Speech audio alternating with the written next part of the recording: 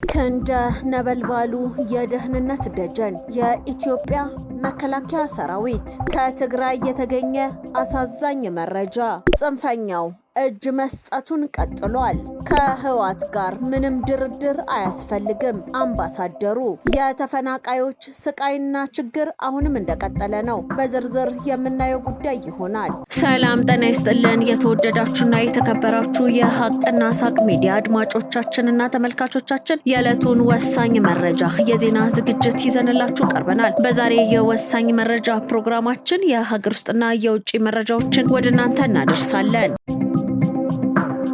ከሳውዲ አረቢያ ተመላሽ ኢትዮጵያውያን ወደ ቤተሰቦቻቸው የማቀላቀል ስራ በተቀናጀ ሁኔታ እየተከናወነ ነው ሲል የኢትዮጵያ አደጋ ስራና አመራር ኮሚሽን ገለጸ።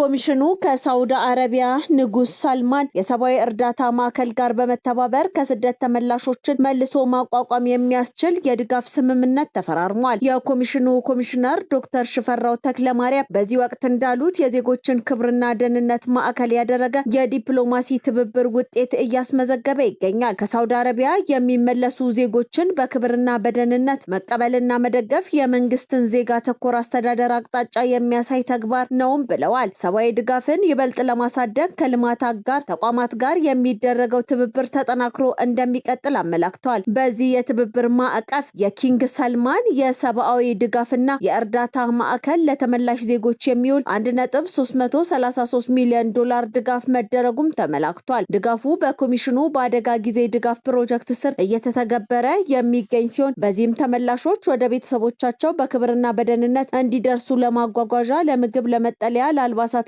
ለሌሎች ድጋፎች እየዋለ ነው ብለዋል። በኢትዮጵያ የሳዑዲ አረቢያ አምባሳደር አብዱላ ሐሰን አልዛሃራኒ በበኩላቸው የኢትዮጵያና የሳዑዲ አረቢያ ታሪካዊ አጋርነት ከጊዜ ወደ ጊዜ እያደገ መጥቷል ማለታቸውን ከኮሚሽኑ የተገኘ መረጃ ያመላክታል። ክንደ ነበልባሉ የምስራቅ አፍሪካ ቀጠና የደህንነት ደጀን የኢትዮጵያ መከላከያ ሰራዊት የሀገር መከላከያ ሰራዊት የኢትዮጵያን ግዛታዊ አንድነት፣ ሉዓላዊነት፣ የህዝቧን ደህንነትና ሰላም በአስተማማኝ ሁኔታ በመጠበቅ አለኝታ የሆነ ተቋም ነው። በመደመር መንግስት ሰራዊቱን ዘመኑን የዋጀ ለማድረግ የተካሄደው አጠቃላይ የመዋቅር የሰው ኃይልና የትጥቅ ሪፎርም ተቋሙን ወደ አዲስ የስኬትና የጥንካሬ ማማ ላይ አድርሶታል። በመደመር መንግስት ሰራዊቱ ዘመኑን የዋጀ ለማድረግ የተካሄደው አጠቃላይ የመዋቅር የሰው ኃይልና የትጥቅ ሪፎርም ተቋሙን ወደ አዲስ የስኬትና የጥንካሬ ማማ ላይ አድርሶታል። የሀገሪቱን ሉዓላዊነትና የድንበር ወሰን ለማስከበር የተጣለበትን ኃላፊነት በከፍተኛ ብቃት ለመወጣት ባለፉት ጥቂት ዓመታት ውስጥ በርካታ የሪፎርም ስራዎችን ሲያከናውን ቆይቷል። በሰላም ማስከበር ስራዎችና ለህዝብ የደህንነት ስጋቶች ፈጣንና ህዝባዊ ወገንተኝነቱን ያረጋገጠ ምላሽ መስጠት የሚያስችል ቁመና የተላበሰ ሰራዊት ነው። የመከላከያ ሰራዊት በአሁኑ ወቅት በአደረጃጀት፣ በሰው ኃይል ብቃት፣ በቴክኖሎጂና በውጊያ ዝግጁነት ደረጃ አዳዲስ ምዕራፎችን ተሻግሯል። የኢትዮጵያ መከላከያ ሰራዊት የሀገርን ዳር ድንበር እንዲሁም ሰላምና ደህንነትን ከማስጠበቅ ባለፈ በአፍሪካ ህብረትና በተባበሩት መንግስታት የሰላም ማስከበር ተልዕኮዎች ውስጥ ቀዳሚ ድርሻ አለው። የቀጠናውን የፖለቲካና ወታደራዊ ሚዛን በሚጠብቅ መልኩ ጥንካሬ እየገነባ ያለ ተቋም ሲሆን የሀገርን ህልውና ከመጠበቅ ጎን ለጎን ለምስራቅ አፍሪካ ሰላምና መረጋጋት ቁልፍ ሚና መጫወቱን ቀጥሏል። የጽንፈኛውን አልሸባብ ቡድን ስጋት ለመቀነስና የሶማሊያ መንግስታዊ ተቋም ለማጠናከር በተደረገ ዘመቻ ከፍተኛ መስዋዕትነትን በመክፈል ቀጠናዊ ስጋትን በመመከት ረገድ የማይተካ ሚናን ተጫውቷል። በተመሳሳይ በሱዳንና በደቡብ ሱዳን መካከል በነበረው ግጭት ወቅት በአብዬ ግዛት ሙሉ በሙሉ የኢትዮጵያን ሰራዊት ያቀፈ የሰላም ማስከበር ኃይል ማሰማራቱ ይታወሳል። በዚህም በሁለቱ ሀገራት መካከል ሊፈጠር የሚችለውን ደም መፋሰስ በማስቀረት ረገድ የነበረው ሚና የዓለም አቀፍ ማህበረሰብ አድናቆትን ያተረፈ ነው።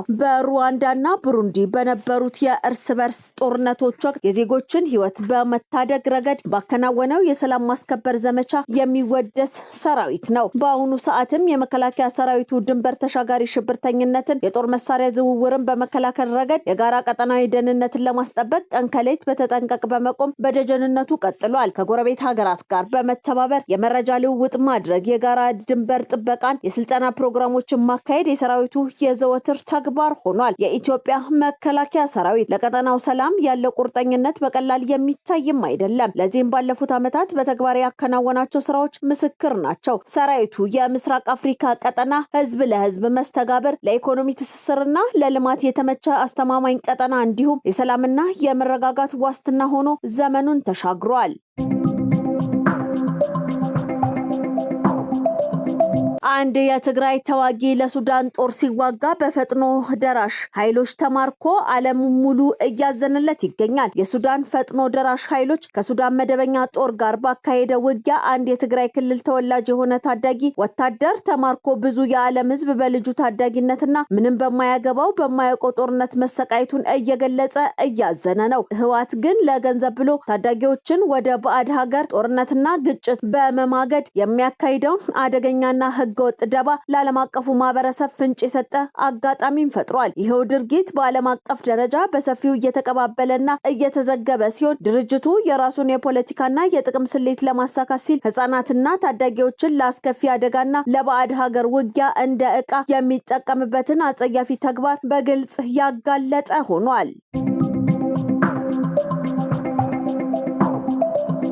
የሰላም አማራጭ የተቀበሉ የጽንፈኛው ታጣቂዎች ለሰራዊቱ እጅ መስጠታቸውን ቀጥለዋል። የኢፌድሪ መከላከያ ሰራዊት ነሐሴ 8 ቀን 2018 ዓ.ም በሰሜን ጎንደር ዞን አዲ አርቃይ ወረዳ ዛሬማ አካባቢ ፍርቃ በተባለ ቀበሌ ሲንቀሳቀሱ የነበሩ 23 የጽንፈኛው ቡድን ታጣቂዎች የመንግስትን የሰላም ጥሪ ተቀብለው ለ10ኛ እዝ መብረቅ ክፍለ ጦር እጃቸውን ሰጥተዋል። የክፍለ ጦሩ አዛዥ ኮሎኔል ስንታየው ሰኢድ ከሰሞኑ የጽንፈኛውን ቡድን ታጣቂዎች እየተደራጁ እጅ በመስጠት ወደ ህዝባቸው እየተቀላቀሉ እንደሆነ ገልጸዋል። አሁንም በሁለት ቡድን ብዛታቸው 23 የሆኑ የጽንፈኛው ታጣቂዎች እጅ መስጠታቸውን ተናግረዋል። ታጣቂዎቹ 19 ክላሽ፣ 2 ኋላ ቀር መሳሪያና በርከት ያሉ መሰል ተተኳሾች ይዘው መግባታቸውን አዛዡ ገልጸዋል። ዘገባው የክፍለ ጦሩ ሰራዊት ስነ ልቦና ግንባታ ነው።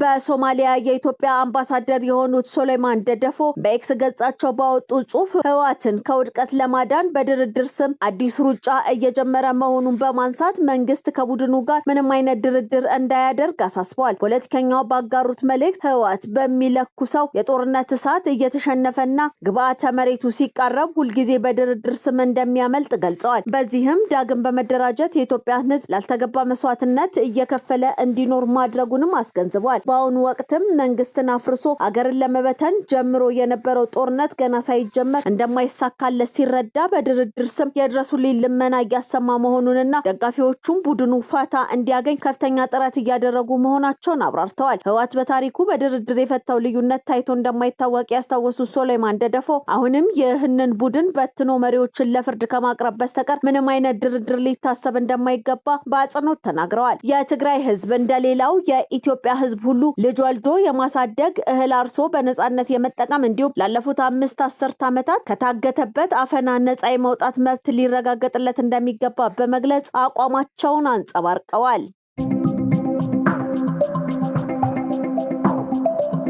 ተፈናቃዮች ችግር ላይ ወድቀዋል። በህወሓት ጥቃት ሊፈጸምብን ይችላል በሚል ስጋት ከራያ የተለያዩ ወረዳዎች ተፈናቅለው በቆቦ መጠለያ ካምፕ የሚገኙ ተፈናቃዮች ችግር ላይ መውደቃቸው ተሰምቷል። ከ17000 በላይ ተፈናቃዮች በቆቦ ከተማ ተጠልለው የሚገኙ ሲሆን ከ2 ወር በፊት የተወሰኑ ድርጅቶች ሰብአዊ እርዳታ እየሰጡ የነበረ ሲሆን አሁን ግን እነዚህ የእርዳታ ድርጅቶች ከአካባቢው በመልቀቃቸው ምክንያት እርዳታና ድጋፍ የሚሹ ወገኖች በረሃብና በህመም አደጋ ውስጥ እንደሚገኙ ምንጮች ገልጸዋል። አስቸኳይ ድጋፍንም ይሻሉ።